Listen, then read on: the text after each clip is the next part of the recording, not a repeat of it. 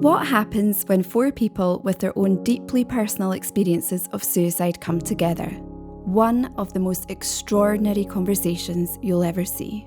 I'm Laura, and along with three others, we each shared a letter we'd written to a loved one or ourselves for our new campaign, What If a Conversation About Suicide Could Save a Life?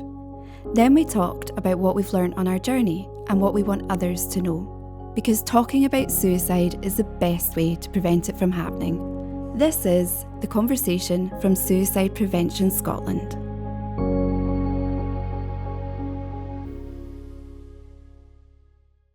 Dear Jerry, you kept quiet about feeling suicidal. While she spoke about your worries and struggles in life, I listened but didn't pick up on the intensity of your pain. You masked this well through your laughter and jokes. I wish you had talked to me about how bad you were feeling. Your suicide has left us with such sadness, so many unanswered questions and what-ifs. Being bereaved by suicide has made me seek out information to understand more. This has helped me to support my son Andrew through his own dark times. Even though suicide is such an upsetting thought, I have learnt to ask Andrew if he felt suicidal and had a suicide plan.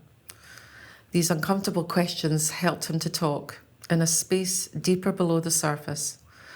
And although it was difficult for him to share his painful thoughts about suicide, and heartbreaking for us to hear, this has helped us to understand how he's really feeling and possible ways to support him. I've sat with Andrew on many nights, sometimes in silence, just to be there with him. I've encouraged him to talk, to be open and share his painful thoughts and feelings with me. It's been difficult to get him the help he needs, but we are getting there together. He is not on his own.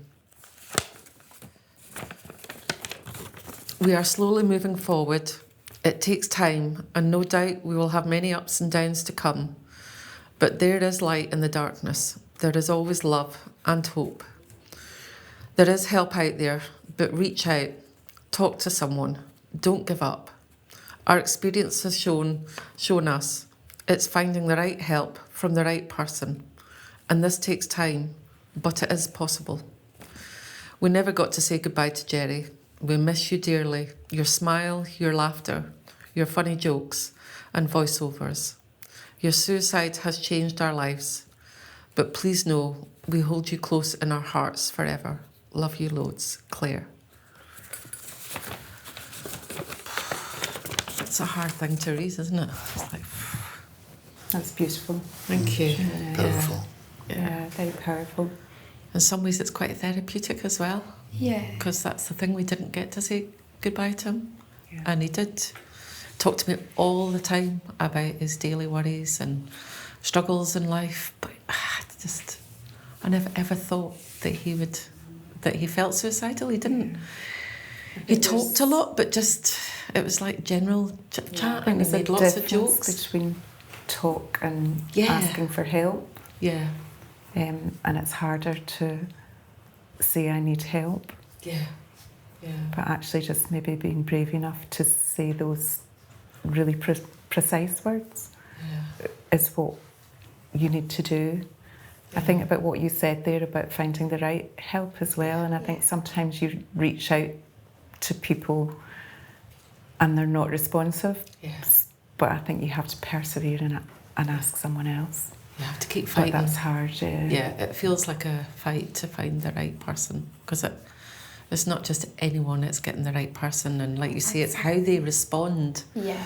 Because that actually, initially being bereaved by suicide, I did try and speak to people, because you're like overwhelmed, aren't you? You just don't know how to live, it's just so many questions and so many what ifs, and so you kind of talk lots.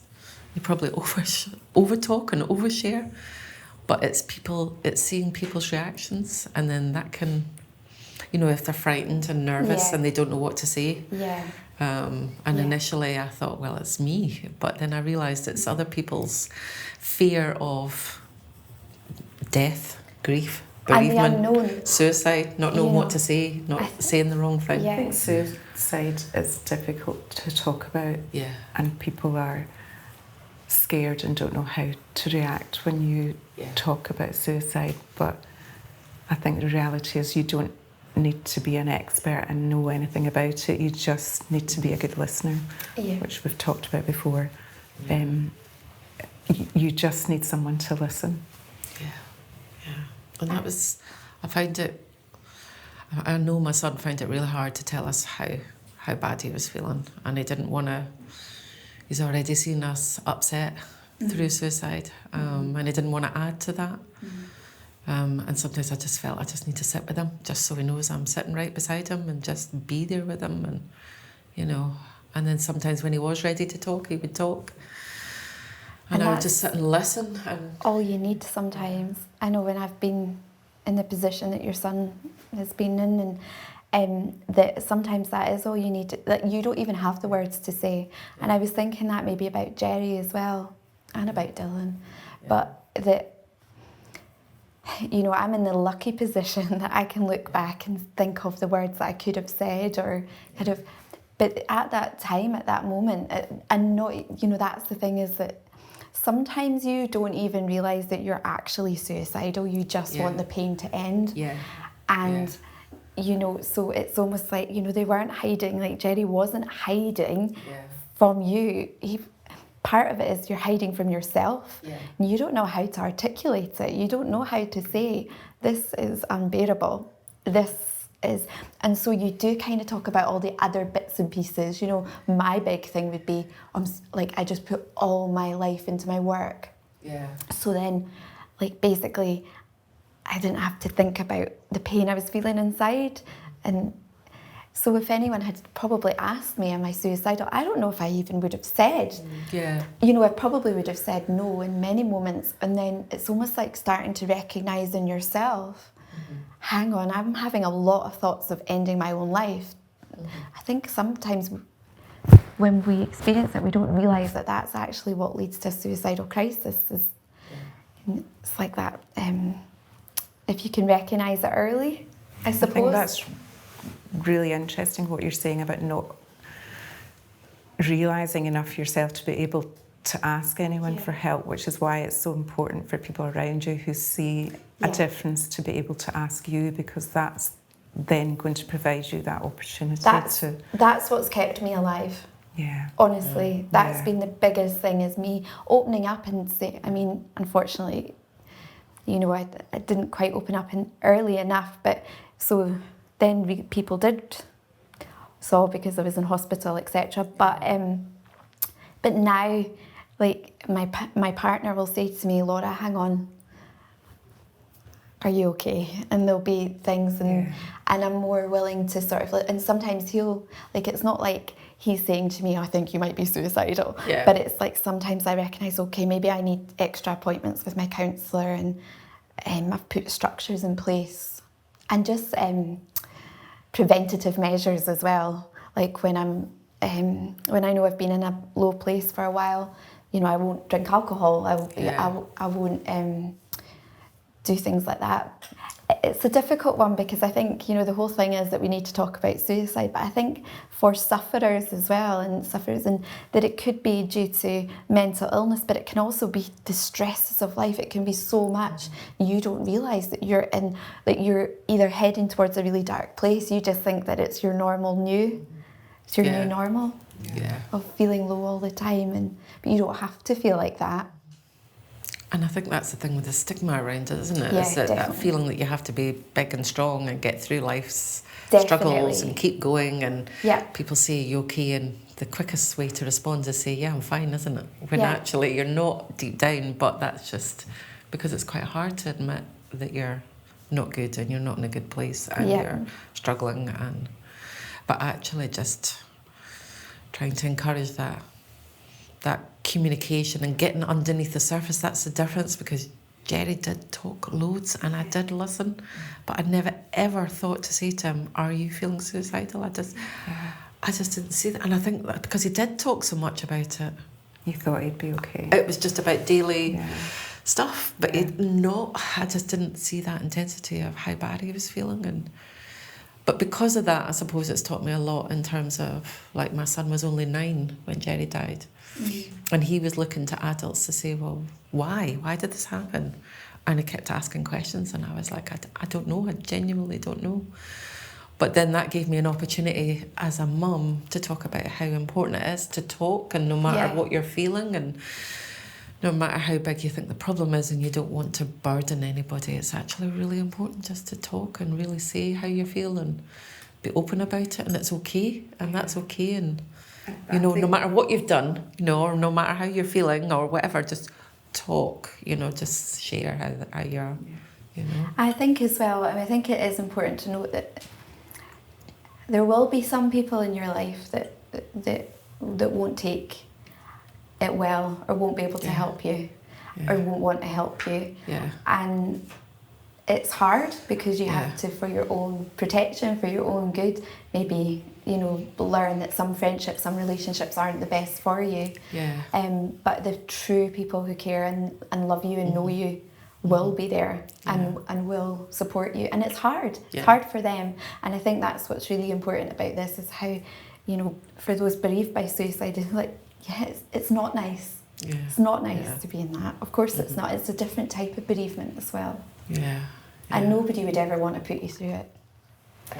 I think there are lots of people around you that would want to help, but don't know how to help, or think that that's the job of an expert. You need to know more about it. But I think what we're saying here is that actually you just need to be able to listen, but ask the right question as well. You know, you said you listened and you talked, but you had no idea really what was going on. So I think being able to use the word suicide is quite important. It's definitely made the difference. And I think that's what's scary for people, is to use that word. And then what if they say yes, what do I do? But you don't have to be an expert, you just have to listen. You just have to be a good listener. You can help them to get help, to find the right help. You don't have to have all the answers. You just need to be able to reach out to that person. I think that's part of human nature, isn't it? There's that worry that we all want to help each other, and, you know, it's about just being there, isn't it? And listening and helping them. And myself, I think even my behaviours have changed as well a little bit, where even at any kind of point where I'm maybe a bit kind of too anxious, or just that my mood's been low, there'll be times I'll call one of my friends and just tell them how I'm feeling, because I know that if I at least at that point sort of try to kind of come in early, like, if you like, just when I'm starting to feel like that, it feels better to sort of offload, because I think when anything that I go through, you know, with mental health, it's it can feel so alone, but as soon as you say to somebody else, especially a friend, somebody you can trust, somebody you know that's not going to judge what you're going to say to them, you feel so much better. It lifts the load a little bit. It does, doesn't it? And it's so important to do that.